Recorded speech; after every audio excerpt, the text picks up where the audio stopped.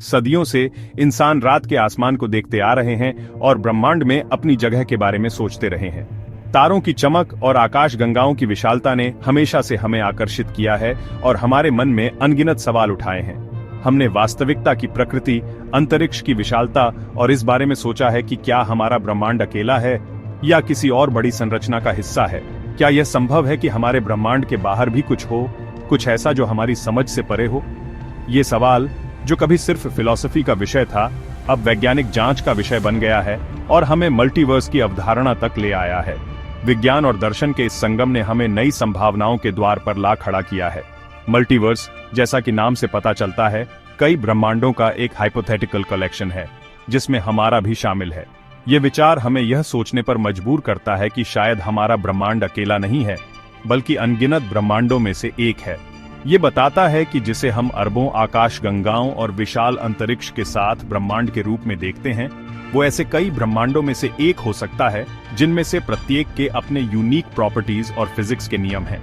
हर ब्रह्मांड अपने आप में एक अलग दुनिया हो सकती है, अपने अलग अलग नियमों और संरचनाओं के साथ। मल्टीवर्स का विचार फिजिक्स के कटिंग एज थ्योरीज से उत्पन्न होता है, जैसे इन्फ्लेशनरी कॉस्मोलॉजी, क्वांटम मैकेनिक्स और स्ट्रिंग थ्योरी। ये थ्योरीज हमें यह समझने में मदद करती हैं कि हमारे ब्रह्मांड के परे भी कुछ हो सकता है। ये थ्योरीज हमारे ब्रह्मांड के भीतर की घटनाओं को समझाने की कोशिश करते हुए अनजाने में हमारे खुद के परे के रियल्म्स की संभावना के द्वार खोलते हैं। यह एक अद्भुत विचार है कि हमारे ब्रह्मांड के बाहर भी कुछ हो सकता है, कुछ ऐसा जो हमारी कल्पना से परे हो। हालांकि यह कॉन्सेप्ट साइंस फिक्शन जैसा लग सकता है, लेकिन यह फिजिसिस्ट्स और कॉस्मोलॉजिस्ट्स के लिए स्टडी का एक गंभीर क्षेत्र है। वे इस पर गहन अध्ययन कर रहे हैं और इसके पीछे के साइंटिफिक प्रिंसिपल्स को समझने की कोशिश कर रहे हैं। आगे के सेक्शंस में हम मल्टीवर्स के वैज्ञानिक आधारों पर ध्यान देंगे और उन अलग अलग थ्योरीज का पता लगाएंगे जो इसके अस्तित्व का प्रस्ताव रखते हैं। हम यह जानने की कोशिश करेंगे कि क्या वास्तव में हमारे ब्रह्मांड के बाहर भी कुछ है, और अगर है तो वह कैसा हो सकता है। मल्टीवर्स में हमारी यात्रा बिग बैंग से शुरू होती है, वह घटना जिसने हमारे ब्रह्मांड की शुरुआत को चिह्नित किया।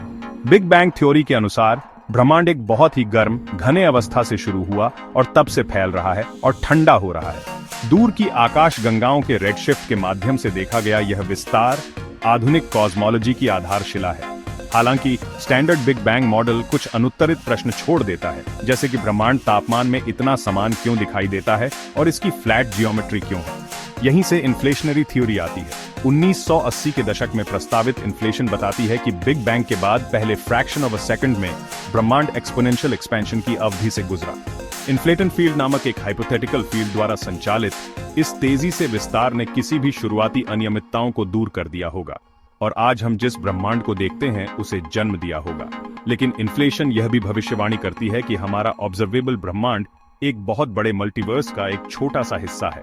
इन्फ्लेशनरी कॉस्मोलॉजी के अनुसार अंतरिक्ष के अलग अलग क्षेत्र अलग अलग दरों पर फूल सकते थे, जिससे बड़े मल्टीवर्स के भीतर अलग आइसोलेटेड यूनिवर्सेस बन सकते थे। इनमें से प्रत्येक बबल यूनिवर्सेस के फिजिकल लॉज और कॉन्स्टेंट्स का अपना सेट हो सकता है, जो उन्हें हमारे से बहुत अलग बनाता है। जहां इन्फ्लेशनरी कॉस्मोलॉजी बबल यूनिवर्सेस से भरे मल्टीवर्स की एक तस्वीर पेश करती है, वहीं क्वांटम मैकेनिक्स एक अलग पर्सपेक्टिव प्रदान करती है। यह एक ऐसा दृष्टिकोण है जो हमारे ब्रह्मांड की संरचना और व्यवहार को समझने के लिए एक नई खिड़की खोलता है। क्वांटम मैकेनिक्स वह थ्योरी जो एटॉमिक और सब एटॉमिक लेवल्स पर कणों के व्यवहार को नियंत्रित करती है, सुपरपोजिशन की अवधारणा का परिचय देती है, जो यह बताती है कि एक कण एक साथ कई स्टेट्स में हो सकता है। जहां एक कण एक साथ कई स्टेट्स में मौजूद हो सकता है जब तक कि उसे मापा न जाए। यह अवधारणा न केवल हमारे भौतिक जगत की समझ को चुनौती देती है, बल्कि यह भी सुझाव देती है कि वास्तविकता की प्रकृति कितनी जटिल और बहुआयामी हो सकती है। कणों के इस अजीब व्यवहार ने फिजिसिस्ट ह्यू एवरेट टे को 1950 के दशक में क्वांटम मैकेनिक्स की मेनी वर्ल्ड्स इंटरप्रिटेशन का प्रस्ताव देने के लिए प्रेरित किया। एवरेट का यह विचार था कि हर क्वांटम इवेंट के लिए ब्रह्मांड कई शाखाओं में विभाजित हो जाता है। इस इंटरप्रिटेशन के अनुसार हर बार जब कोई क्वांटम मेजरमेंट किया जाता है तो ब्रह्मांड अलग अलग ब्रांचेस में बंट जाता है, जिसमें प्रत्येक ब्रांच मेजरमेंट के एक अलग परिणाम का प्रतिनिधित्व करता है। यह विचार न केवल विज्ञान कथा का हिस्सा बन गया है, बल्कि यह वैज्ञानिक समुदाय में भी गंभीरता से लिया जाता है। उदाहरण के लिए, एक सिक्का उछालने की कल्पना करो। जब सिक्का हवा में होता है तो यह दोनों संभावनाओं में होता है, हेड्स और टेल्स। मैनी वर्ड्स इंटरप्रिटेशन में सिक्के को देखने की क्रिया ब्रह्मांड को दो शाखाओं में विभाजित करने का कारण बनती है, एक जहां सिक्का हेड्स पर आता है और दूसरा जहां वह टेल्स पर आता है। यह विभाजन हर बार होता है जब कोई क्वांटम इवेंट होता है। दोनों ब्रह्मांड समान रूप से वास्तविक हैं, लेकिन हम केवल उनमें से एक का अनुभव करते हैं।